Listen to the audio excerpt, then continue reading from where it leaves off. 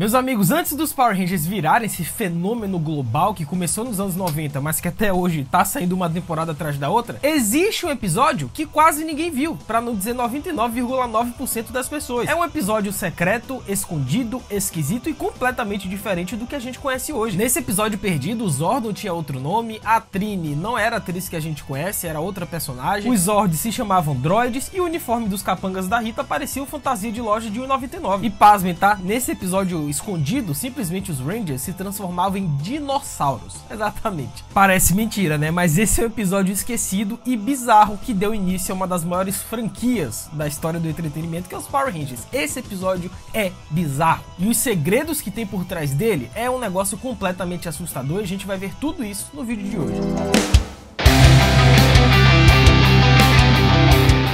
Hello my friends geek na voz, vocês sabiam que essa franquia dos Rangers que a gente conhece hoje, na verdade teria sido muito diferente lá no início? Teria um nome completamente diferente, um visual mais tosco e personagens que nem duraram até o primeiro episódio oficial. Pois é, antes de virar esse fenômeno mundial com mais de 30 temporadas, os Power Rangers passaram por um momento de vamos ver se isso presta mesmo. E tudo isso começou com o episódio piloto de Mighty Morphin Power Rangers, que simplesmente foi engavetado. Ele está escondido e pouquíssimas pessoas sabem da existência dele. Porque, cara, na real, desde o começo, Power Rangers já era uma grande gambiarra audiovisual, né? A ideia era simples e barata, que era pegar cenas de ação de uma série japonesa, né, o Super Sentai, e colar com cenas gravadas nos Estados Unidos. Só que eles faziam isso descaradamente, né? Você piscava e lá tava o Zordon repetindo os mesmos gestos, com a mesma fala, só que em outro episódio. Era um reaproveitamento total, né? E não só o Zordon, a Rita também era a mesma atriz do Super Sentai. Eles simplesmente dublavam por cima, né, com a dublagem nesse caso em inglês, depois para vários outros idiomas e pronto.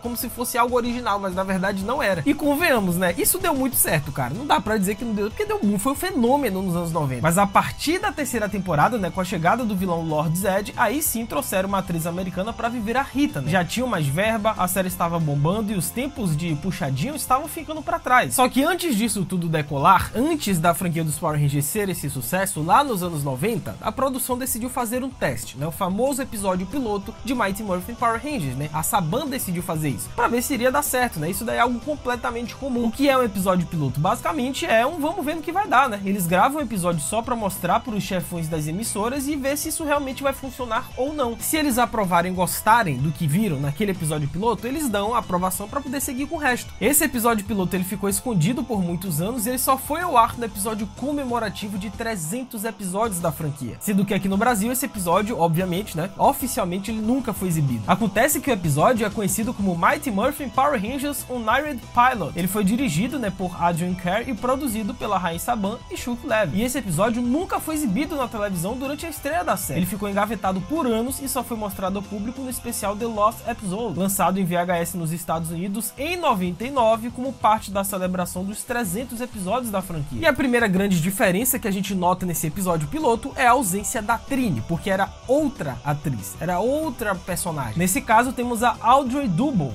né? Ela era uma artista marcial experiente, tinha presença de cena, mandava bem, mas ela pediu um aumento. E como os produtores estavam naquela vibe de economizar inicialmente, eles preferiram não seguir com a atriz. Porque é o que eu disse, era um episódio piloto, eles não queriam investir muito logo de cara no episódio piloto, né? Tanto é que esse lance de cortes salariais, né, de demissões, deu muita treta lá a partir da segunda temporada. Vários atores conhecidos da franquia dos Rangers enfrentaram esse tipo de problema porque a Saban, lá no início, eles estavam nem aí pros atores. Se eles pediam aumento, a Saban dizia não, e eles simplesmente iam embora e trocavam os atores como se nada tivesse acontecido. Isso era normal. E aqui nesse caso a Ranger amarela original foi mais um desses casos. A Audrey, ela foi cortada antes mesmo do público conhecer o seu trabalho, né? Uma pena, porque ela parecia bem promissora. Sendo que Power Rangers inicialmente nem iria receber esse nome. Eles iriam se chamar de Phantoms. Exatamente. E depois era Dino Rangers. E aí só depois de muita conversa, de muito branding, é que eles chegaram em Mighty Morphin Power Rangers lá nos anos 90. Não que esse Dino tenha sido descartado, né? Porque com o passar dos anos, o que mais aconteceu foi Dino alguma coisa. Dino Trovão,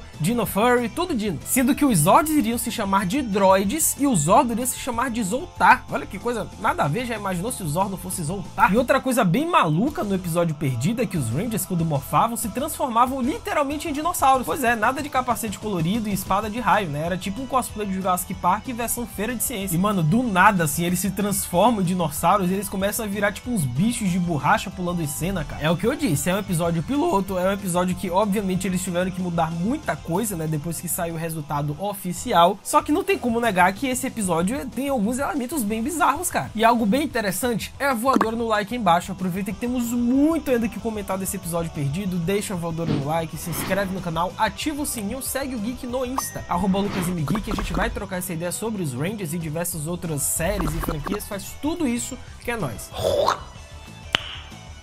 Cara, sendo que os NPCs, né, os bonecos lá da Rita, os capangas, eram tão mal feitos que dava pra ver o zíper nas costas, né, a costura toda torta, parecia um carnaval de última hora. E alguns outros elementos visuais e técnicos eram bem diferentes do que vimos na série oficial, como por exemplo o cenário da sala de comando, pois o visual da sala do Zordon e do Alpha 5 no piloto era muito mais tosco e simples, com um ar mais caseiro e sem os efeitos brilhantes da versão final, sendo que a voz e o design do Alpha 5 eram completamente diferentes, cara. Ele ainda não tinha esse tom mais infantil e carismático que ele foi ter depois. Mano, o Alpha 5 aqui nesse episódio ele parecia mais um robô genérico classe B. O Zordon, também chamado de Zoltar, era bem esquisito, né? Ele não era aquele rosto em holograma gigante, mas sim um efeito bem mais barato, só depois que ele virou o cabeção flutuante. E os bonecos de massa, né, os Purry Patrols, já estavam por lá, mas os figurinos eram constrangedores. As roupas eram visivelmente mal feitas, com zíperes à mostra e tecido frouxo, né? Era impossível levar isso a sério. Sendo que no meio dessa bagunça toda, adivinha quem apareceu? Quem surgiu? Exatamente Jason David Frank, o lendário Tommy Oliver, que começou como verde, aí depois branco, aí depois preto, aí vermelho, eles eram todas as cores. O cara era uma máquina de carisma, né? Ele sabia lutar de verdade e virou o rosto da franquia. E como vimos posteriormente, ele meio que aproveitou esse sucesso do seu personagem e transformou a sua vida como se ela fosse 100% Power Rangers. Então ele participava de muitas convenções, ele incorporava o personagem, assim, ele viveu o Ranger dele durante toda a eternidade, durante todos os dias de sua vida, cara. E apesar do sucesso estrondoso, a verdade é que os atores viviam uma realidade bem difícil, né? A maioria era iniciante, sem sindicato, ganhando muito pouco. Alguns dividiam apartamento para dar conta das contas e no auge da fama mal podiam andar na rua sem serem reconhecidos, mas ganhavam um salário de figurante. E quando eles perceberam que a série era um fenômeno e que a Saban tava ganhando muito dinheiro, principalmente de merchandise, né, com os bonecos, pra vocês terem uma ideia, os bonecos dos Rangers foram os mais vendidos dos anos 90, mais do que as Tartarugas Ninja, por exemplo. E quando eles perceberam isso, eles tentaram renegociar melhores condições de salário, cara, de pagamento. A Trini, por exemplo, ela foi uma das primeiras a dar esse passo à frente e ela simplesmente tomou uma portada na cara. Simplesmente cortaram a Tree Trang, a atriz que interpretava a Trini, cara. E junto com ela, o Ranger Vermelho e o Ranger Preto também saíram. E a desculpa oficial na série foi que eles foram representar a cidade em uma conferência de paz mundial, né? Tipo uma ONU dos Power Rangers. Parece uma desculpa perfeita, né? Mas na verdade não. Aí depois apareceram outro Ranger Vermelho, o Ranger... Enfim, eles mudaram completamente. Eles faziam isso de forma corriqueira, velho. Porque não tinha sindicato, não tinha alguém pra regulamentar o que tava acontecendo com aquela galera. Enquanto a Saban tava bilionário, né? Vendendo os bonecos lá nos anos 90 e também com as audiências lá no topo dos Power Rangers, os atores estavam ganhando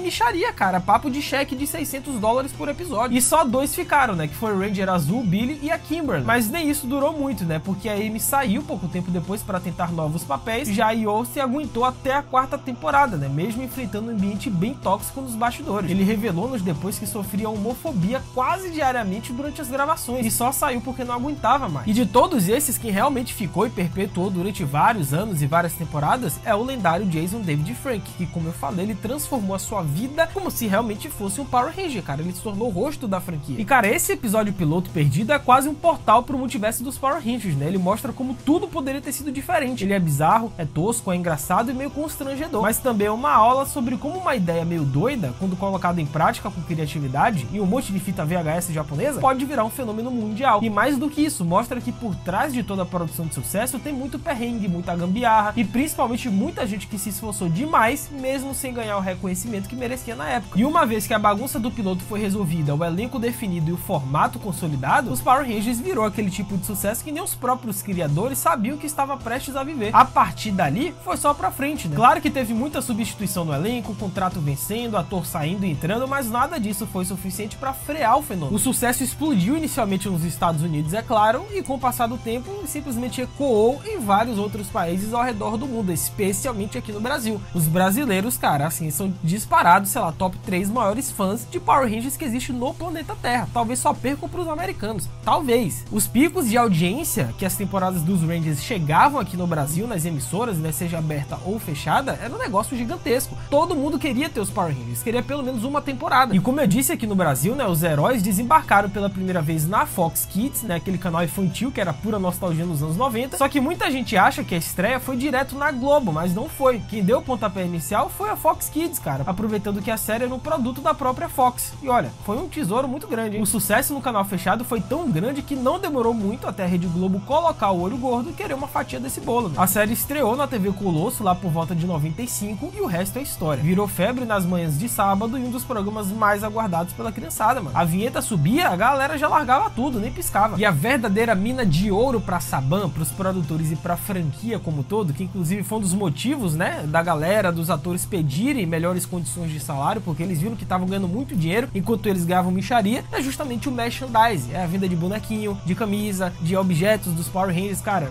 eles ganharam muito, mas muito dinheiro nos anos 90. Os bonecos dos Rangers eram os mais vendidos dos anos 90. Quem não lembra daquele Power Ranger, né, o bonequinho que virava a cabeça, aqueles que vinham com uma espada do tamanho do boneco, e até uns que nem pareciam Rangers de verdade, né, mas enfim, a gente aceitava porque o coração era puro. E teve também a música, cara, a versão brasileira da abertura, né, foi cantada por ninguém menos do que Sandy Júnior. Era impossível ouvir e não sair correndo pela sala tentando imitar o chute giratório, velho. Mas e aí, o que vocês acham a respeito desse episódio piloto perdido, completamente bizarro? Comentem embaixo que eu vou ler e responder todo mundo. É isso, até a próxima, valeu, falou e fui!